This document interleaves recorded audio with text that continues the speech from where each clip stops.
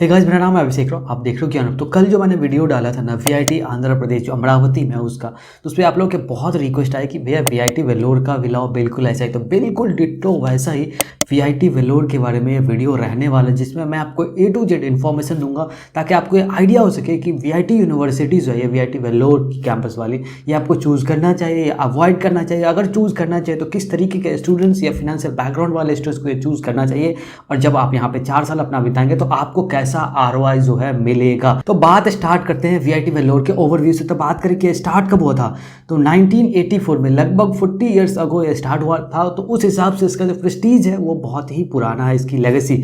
Ownership की बात करूं तो ये प्राइवेट है, आप सबको पता है कि वीआईटी प्राइवेट है। अगर बात करो फुल नेम का, तो Vellore institute of technology Vellore इसका फुल नेम है, जिसको शॉर्ट फॉर्म में वीआईटी कर दिया गया है। कैंपस साइज की बात करूं तो इसका अर्बन कैंपस है 250 एकर्स का, हेक्टेयर में बोलो तो 100 हेक्टेयर का इसका कैंपस है। वहीं पर अगर बात करें लोकेशन का, तो जैसे इसके नाम से ही पता चलता, वेल्लोर तमिलनाडु में इसका कैंपस है। अगर बात करें इंस्टीट्यूट टाइप का, तो private deemed to be university है ये। एफिलिएशन की बात करूं तो यूजीसी से एफिलिएटेड है, और इसके ऑफिशियल वेबसाइट की बात करूं तो vit.ac.in इसका ऑफिशियल वेबसाइट है। ये तो रहा इसका ओवरव्यू क्या। अब बात करते हैं कनेक्टिविटी क्या है, कि आप यहाँ पहुंचेंगे कैसे। तो ये 140 किलोमीटर अवे है चेन्नई सेंट्रल रेलवे स्टेशन से। वहीं पे 4 किलोमीटर की दूरी पे है कटपरी जंक्शन रेलवे स्टेशन से, और वहीं पे 128 किमी अवे है ये चेन्नई इंटरनेशनल एयरपोर्ट से। तो अगर आप किसी दूसरे स्टेट से यहाँ पे जाते हैं तो आपको कॉलेज थोड़ा बहुत ही दूर देखने को मिल जाएगा। अब बात करते हैं इसकी रैंकिंग की। तो अगर इसकी ओवरऑल रैंकिंग की बात करो एनआरएफ की, इस बार की ध्यान है कि 2024 की अभी रैंकिंग नहीं आई है, वो जुलाई में आएगी, और ये वीडियो अभी मैं आपको मई में ही दे रहा हूँ। तो इसकी ओवरऑल एनआरएफ रैंकिंग जो है वो 17 है। इंजीनियरिंग में अगर मैं बात करूँ तो 11 है। वहीं पे एनआरएफ की यूनिवर्सिटी रैंकिंग की बात करूँ तो 8 है। अगर मैं बात करूँ लेटेस्ट 2024 की, तो जो QS वर्ल्ड यूनिवर्सिटी रैंकिंग है 2024 की, उसमें इसको 851 से लेकर के 900 के बीच में रखा गया, यानी कि दुनिया के 1000 यूनिवर्सिटी के बीच में इसका नाम है। वहीं पे एशिया यूनिवर्सिटी रैंकिंग की बात करूं अगेन QS की 2024 में, तो 163 रैंक इसको दिया गया है। तो रैंकिंग के हिसाब से देखें तो यूनिवर्सिटी आपको ठीक ठाक नजर आती है। अब बात कर लेते हैं सीट मैट्रिक्स का। तो एक बात मैं जो आपके पिछले वीडियो में भी बोला था कि जो प्राइवेट इंस्टीट्यूट्स है ना, उसमें इंटेक का कोई फिक्स लिमिट नहीं होता कि हाँ 250 इंटेक है, 300 इंटेक है, 100 इंटेक है, 80 है या 60 है। इसमें जैसे जैसे स्टूडेंट्स आते जाते हैं इनका इंटेक बढ़ता जाता है। तो कोई फिक्स पैमाना नहीं है कि इतने ही बच्चे इस बार इसमें एडमिशन लेंगे। अगर मैं यहाँ पे बात करूँ वीआईटी वेल्लोर का सीट मैट्रिक्स क्या है, तो टोटल बीटेक की ब्रांचेस की बात करूं मैं, तो यहाँ पे 24 देखने को मिलेगा। इसका मतलब क्या है कि इंटेक बहुत ही यूज होगा। अप्रॉक्स इंटेक की बात करूं तो 10,000 अप्रॉक्स इंटेक यहाँ पे सिर्फ और सिर्फ बीटेक में आपको देखने को मिलेगा।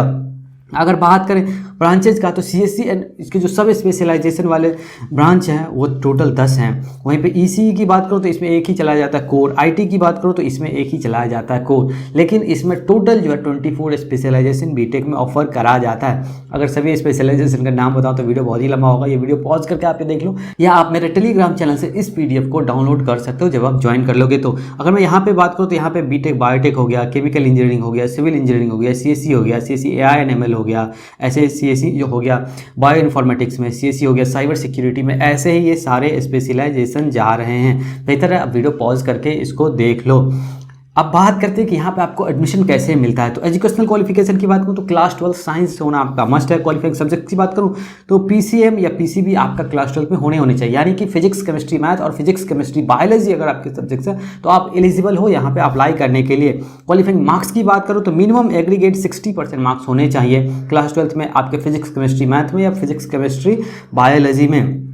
वहीं पे अगर आप जो है SC या ST कैटेगरी के कैंडिडेट हैं या JNK के कैंडिडेट हैं या जो नॉर्थ ईस्टर्न स्टेट्स हैं वहाँ से आप आते हैं, तो आपके क्लास 12 में अगर मिनिमम एग्रीगेट 60% मार्क्स ना होकर के 50% मार्क्स है ना, तब पर भी आप एलिजिबल हो। अगर बात करें एपियरिंग कैंडिडेट का जो इस बार क्लास 12 का एग्जाम दिए हैं, तो आप भी अप्लाई कर सकते हो। अगर बात करें एज रिस्ट्रिक्शंस का, तो अगर आपका डेट ऑफ बर्थ जो है ना वो 1 जुलाई 2002 को है या उसके बाद का है, तो आप एलिजिबल हो यहाँ पे अप्लाई करने के लिए। अगर बात करें काउंसलिंग प्रोसेस का, तो वीआईटी का जो अपना काउंसलिंग प्रोसेस है वो कंडक्ट करती है, और इसका जो एंट्रेंस एग्जाम होता है वीआईटी ट्रिपल ई, उसी के बेसिस पे यहाँ पे जो काउंसलिंग कंडक्ट कराया जाता है, वीआईटी ट्रिपल ई काउंसलिंग। इसमें आपको VIT ट्रिपल ई जो इनका इन हाउस एंट्रेंस एग्जाम होता है, जिसके बारे में मैंने अलग से वीडियो डाला, उसके रैंक के बेसिस पे यहाँ पे आपको अलग अलग कैंपसेस जो है यहाँ पे अलॉट करे जाते हैं। चॉइस फिलिंग की बात करूँ तो चॉइस फिलिंग यानी कि काउंसलिंग के टाइम में आपको जो है कैंपस और ब्रांचेज फिल करने का आपके पास ऑप्शन होगा। ऐसा नहीं है कि अपनी मर्जी से यूनिवर्सिटी आपको कहीं भी उठा के फेंक दे रही है किसी भी कैंपस में। अब बात कर लेते हैं फी स्ट्रक्चर का। हालांकि इसका टोटल फी कितना लगता है, 4 साल में कितना कुछ खर्चा बैठेगा, इस पर अलग से मैंने बजटिंग करके वीडियो डाला हुआ है, तो अगर वो अभी तक आपने नहीं देखा तो वो देख लेना। बट यहाँ पे मोटे मोटे तौर पे अगर मैं बात करूँ यहाँ पे क्या कुछ फी लगता है, तो अगर मैं बात करूँ एकेडमिक फी का, तो यहाँ पे बेसिकली 2 ग्रुप में ये फी लेते हैं और अलग अलग कैटेगरी में लेते हैं। तो 2 ग्रुप की अगर मैं बात करूँ तो जो ग्रुप ए है उसमें बायो इंजीनियरिंग हो गया, बायोटेक्नोलॉजी हो गया, केमिकल हो गया, सिविल हो गया, इलेक्ट्रिकल एंड इलेक्ट्रॉनिक्स हो गया, इलेक्ट्रॉनिक्स एंड इंस्ट्रूमेंटेशन इंजीनियरिंग हो गया, फैशन टेक्नोलॉजी हो गया, हेल्थ साइंस एंड टेक्नोलॉजी हो गया। ये सभी जो ग्रुप ए के स्पेशलाइजेशन है ना, इसकी अगर मैं बात करूँ तो ट्यूशन फी पर ईयर 1,73,000 का लगता है। कॉजेंट डिपोजिट रिफंडेबल जो होता है वो 3,000 रुपये का लगता है। यानी कि फर्स्ट ईयर में टोटल आपको जो एकेडमिक कॉस्ट में अगर आप इन स्पेशलाइजेशन में से किसी एक स्पेशलाइजेशन को चूज करते हैं तो 1,76,000 रुपये आपका लगने वाला है फर्स्ट ईयर में। और बात करें ग्रुप बी का, तो ये जितने स्पेशलाइजेशन है इसको छोड़ के बाकी कोई भी स्पेशलाइजेशन अगर यहाँ पे ऑफर करा जाता है तो वो ग्रुप बी में आता है। और ग्रुप बी की अगर मैं फी की बात करूँ तो 1,95,000 रुपये जो है आपको जो है ट्यूशन फी लगने वाला है पर ईयर। कॉजेंट डिपॉजिट जो वो 3,000 रुपये का लगने वाला है, यानी कि टोटल फर्स्ट ईयर में आपको 1,98,000 रुपये का पेमेंट करना पड़ेगा। अब बात कर रहे थे VIT वेलोर में हॉस्टल्स में क्या कुछ फी जा रहा है।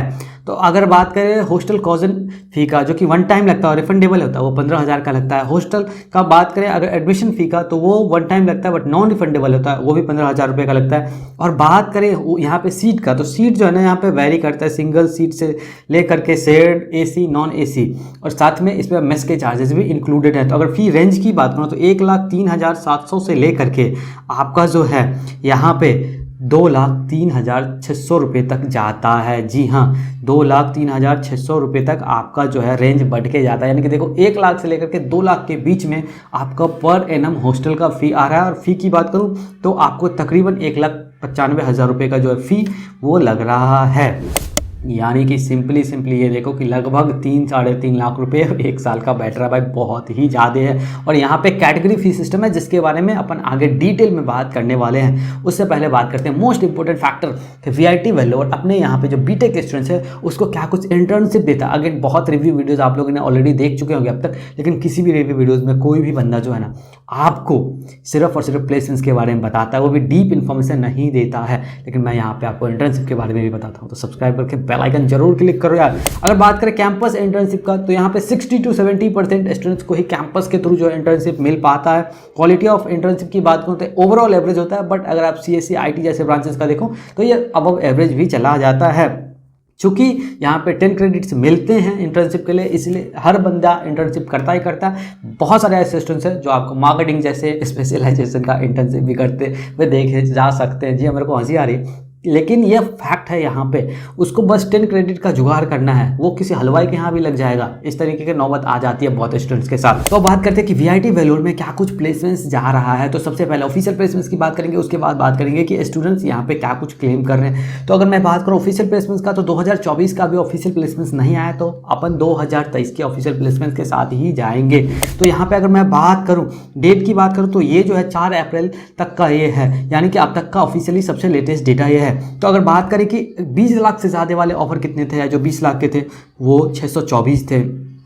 अगर बात करें 10 लाख या 10 लाख से ज़्यादा के ऑफर्स, यानी कि जिसको सुपर ड्रीम जैसे टर्म में जो है कोट करते हैं, तो ये है 4,461 ऑफर्स दिए गए हैं। 6 लाख या 6 लाख से ज़्यादा के ऑफर्स जिसको ड्रीम ऑफर बोलते हैं वो 3,453 दिया गया है। ओवरऑल ऑफर्स की मैं बात करूँ तो 14,345 ऑफर यहाँ पे दिए गए हैं। रेगुलर ऑफर्स की बात करूँ, यानी कि जो मास रिक्रूटर्स आते हैं लगभग 3.5 लाख रुपए तक की ये ऑफर देके जाते हैं, ये जो है यहाँ पे आपको 6,431 देखने को मिलेगा। इंडस्ट्री इंटर्नशिप की बात करूँ तो लगभग ये 5,000 आपको देखने को मिलेगा।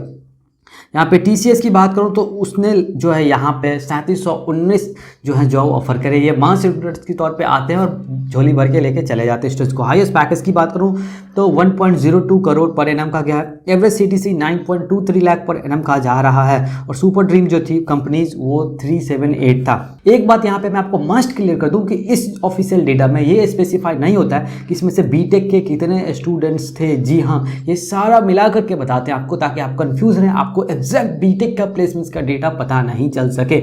और एक और बात, आपने अगर मेरा VIT AP का रिव्यू वीडियो देखा होगा तो उसके वेबसाइट पे भी क्लेम करा जा रहा है कि हाईएस्ट पैकेज जो है VIT AP में 1.02 करोड़ का जा रहा है। VIT वेल्लोर की वेबसाइट पे भी ये क्लेम करा जा रहा है कि 1.02 करोड़ का जा रहा है, बट ये कहीं नहीं बताया जा रहा है कि किस स्टूडेंट्स को मिला है। तब तो ये पता चल जाएगा ना कि वो किस कैंपस में पढ़ता था और उसको जॉब कैसे मिली। तो इसको तो मैं मान के ही नहीं चल रहा है, ये तो सेल्फ कॉन्ट्राडिक्टरी वाली बात होगी ना कि अलग अलग कैंपसेस में आप एक ही प्लेसमेंट्स दिखा रहे हो, यानी कि उस कैंपस का प्लेसमेंट खराब था, हालांकि था तो जरूर, लेकिन यहाँ पे बात करें तो प्लेसमेंट्स में कोई ट्रांसपेरेंसी देखने को नहीं मिलेगी। और एक और बात, अगर आप यहाँ के स्टूडेंट्स हैं और आपने इसको लेकर थोड़ी सी भी वॉइस रेज करने की कोशिश करी ना, आप क्रश कर दिए जाओगे, कैंपस से धक्के मार के निकाल दिया जाएगा आपको। इस लेवल पर स्ट्रिक्ट हैं ये। अब बात करते हैं कि स्टूडेंट्स क्या कुछ बात कर रहे हैं यहाँ पे प्लेसमेंट्स के बारे में। तो अगर बात करें हाईएस्ट पैकेज का, तो अराउंड जो है यहाँ पे 20 से 25 लाख रुपए तक का हाईएस्ट पैकेज जाता है, वो भी चंद स्टूडेंट्स को जाता है। मुश्किल से मुश्किल यहाँ पे 20-30 स्टूडेंट्स को चला जाए तो बहुत ही अच्छा सेशन जाएगा वो प्लेसमेंट्स के लिए। बट ध्यान रखें कि बीटेक में ही लगभग 10,000 स्टूडेंट्स यहाँ पे एनरोल होने वाले हैं। एवरेज पैकेज की बात करूँ तो अराउंड 7 लाख रुपये तक का एवरेज पैकेज यहाँ पे देखने को मिलता है। प्लेसमेंट रेट की बात करूँ तो अप टू 80% तक आपको देखने को मिल जाएगा, बट उसमें भी मास रिक्रूटर्स जिसमें जो रेगुलर ऑफर्स दिए जाते हैं उस तरीके के जॉब आपको दिया जाएगा, जहाँ पे क्वालिटी जो जॉब रोल्स हैं वो ऑफर नहीं करे जाते, क्वालिटी सैलरी वाली जॉब ऑफर नहीं करी जाती है। कंपनीज तो भाई ये एक्सेंचर हो गया, IBM हो गया, TCS तरीके जो मास रिक्रूटर्स हैं वहाँ पे जरूर यहाँ विजिट करते हैं। बाकी आप पॉज करके देख लो, इसमें से बहुत सारे ऐसी कंपनीज हैं जो ये डिफाइन नहीं होता कि किस सेशन में यहाँ पे आई थी, उसके बाद आना छोड़ दिया या रेगुलर आ भी रही है नहीं। अब बात कर लेते हैं यहाँ पे फैसिलिटी क्या कुछ है, आगे और डिस्कस करेंगे प्लेसमेंट्स के बारे में। तो बॉयज़ हॉस्टल देखने को मिलेगा, गर्ल्स हॉस्टल है, मेडिकल फैसिलिटी है, gym, library, sports, IT infrastructure, cafeteria, auditorium हो गया, ATM हो गया और स्विमिंग पूल जैसी फैसिलिटीज़ यहाँ पे देखने को मिलेगा। कुल मिला के बोलूँ तो फैसिलिटीज़ के मामले में VIT वेल्लोर बहुत ही आगे है आज की डेट में। अगर बहुत सारे इसी रेंज के कॉलेजेस से अगर आप इसको कंपेयर करते हैं तो अब बात निकल के आती है कि यहाँ पे स्टूडेंट डाइवर्सिफिकेशन क्या है। तो सबसे पहले जेंडर डाइवर्सिफिकेशन की मैं बात करूँगा, और मैं इसमें सिर्फ बीटेक का नहीं 4 ईयर के जितने भी UG प्रोग्राम्स हैं सबको मिला के कर रहा हूँ। तो फीमेल स्टूडेंट्स यहाँ पे आपको 20% देखने को मिलेगा और मेल स्टूडेंट्स जो है यहाँ पे 80% देखने को मिलेगा। तो यही बोलूँ कि रेशियो उतना अच्छा नहीं है, बहुत छोटे छोटे कॉलेजेस में मैंने देखे और वीडियो भी डाले हैं कि इससे बेहतर रेशियो आपको देखने को मिलता है। अगेन ये एक डिबेट का मुद्दा है कि ये क्यों ही इतना है। अगर बात करें डेमोग्राफिक रिप्रेजेंटेशन का, इसमें भी 4 ईयर UG प्रोग्राम की मैं बात कर रहा हूँ, तो होम स्टेट के 20% स्टूडेंट्स देखने को मिलेगा। अदर स्टेट यानी कि कर्नाटका के अलावा अगर मैं बात करूँ तो यहाँ पे आपको 76% स्टूडेंट्स देखने को मिलेगा, और फॉरेन नेशनल्स की बात करूँ तो 4% स्टूडेंट्स देखने को मिलेगा, यानी कि आपको डाइवर्सिफिकेशन तो देखने को मिलेगा। अगर आप पैन इंडिया की बात करें तो अगर 4% 1 मिनट के लिए आप निगलेक्ट भी कर दे तो डाइवर्सिफिकेशन आपको देखने को तो मिल जाएगा। अब बात करते हैं इसके पॉजिटिव और नेगेटिव पॉइंट का, ताकि आपको एक फेयर आइडिया हो सके डिसीजन मेकिंग का कि VIT वेल्लोर आपको चूज करना चाहिए या VIT वेल्लोर छोड़ करके किसी दूसरे कॉलेज को आपको टारगेट करना चाहिए। तो सबसे पहले बात स्टार्ट करते हैं इसके पॉजिटिव पॉइंट से। तो TCS हो गया, विप्रो हो गया, जैसे मास रिक्रूटर्स यहाँ पे आते हैं, तो अगर आप थोड़े से भी सिंसियर है ना तो एक जॉब तो आप ग्रैब कर ही लोगे। जी हाँ, एक जॉब आप ग्रैब कर ही लोगे। अगर बात करें प्लेसमेंट्स का तो डिसेंट प्लेसमेंट्स आपको देखने को मिल जाता है, स्पेशली CSE और IT जैसे ब्रांचेस की अगर मैं बात करूं तो।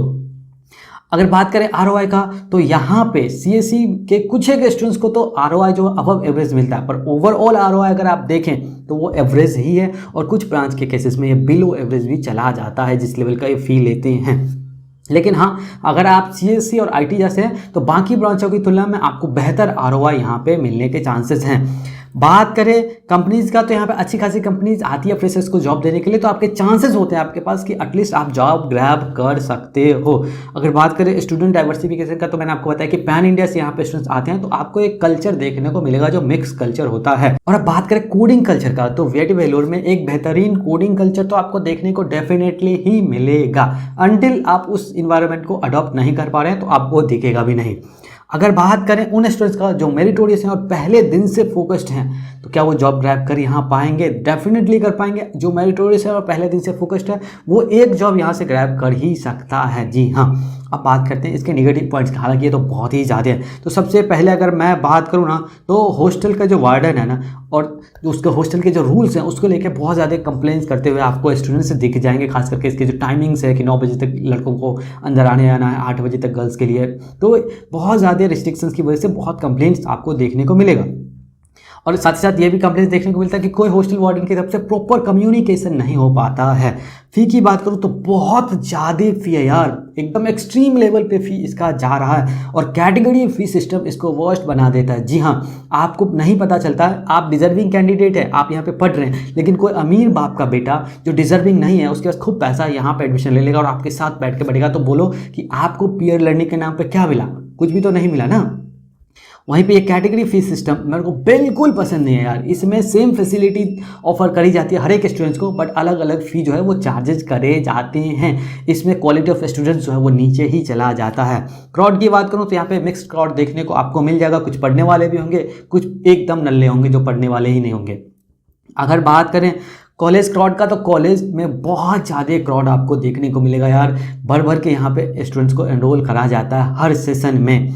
बात करें प्लेसमेंट्स डेटा का, तो यहाँ पे ट्रांसपेरेंसी नाम की कोई चीज़ ही नहीं है प्लेसमेंट्स डेटा में। मैंने आपको यहाँ भी ये बताया था, कहाँ गया ये, हाँ ये, कि यार अलग अलग कैंपसेस का हाईएस्ट प्लेसमेंट्स बताओ ना यार। बीटेक का बताओ, आप ऐसे प्लेसमेंट्स क्यों नहीं बताते जिससे पता चले कि पार्टिकुलर बीटेक के सेशन में किस ब्रांच में कितने स्टूडेंट्स को जॉब मिले, किस कंपनीज में मिले, कितने का सैलरी पैकेज ऑफर कराया गया, कितने ऐसे स्टूडेंट्स थे जिसको एक से ज़्यादा ऑफर दिए गए, कितने ऐसे स्टूडेंट्स थे जिसको इंटर्नशिप भी नहीं मिला, कितने ऐसे स्टूडेंट्स थे जिसको कोई जॉब नहीं मिला, कितने ऐसे स्टूडेंट्स थे जो बिलो 3 लाख के पैकेजेस वाले में आ रहे। इस तरह की कोई इन्फॉर्मेशन आपको देखने को नहीं मिलेगा यार। मेरे ओपिनियन में एक बात आप कान खोल के सुन लो कि अगर आपके पिताश्री या माताश्री के पास बहुत पैसे हैं और आपको जीवन में कोई गम नहीं है ना कि आपके 50 लाख 4 साल डूब जाए तो कोई फर्क नहीं पड़ता, तभी यहाँ से बीटेक करना।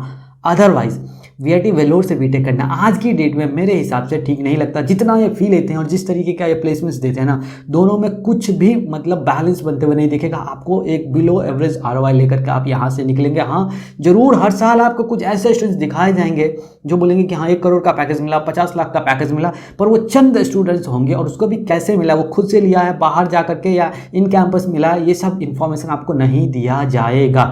तो अगर आप एक मिडिल क्लास फैमिली से हैं या लोअर अपर क्लास फैमिली से हैं तो बेहतर है आप किसी दूसरे कॉलेज को टारगेट करो। इससे कम फी में या इतने ही फी में बेहतर विकल्प आपको मिल जाएंगे। बहुतों का वीडियो ऑलरेडी मैंने चैनल पर डाला हुआ है, तो जाओ वो वीडियो देखो और एक जो है बेहतरीन डिसीजन लो अपने करियर को फिक्स करने के लिए।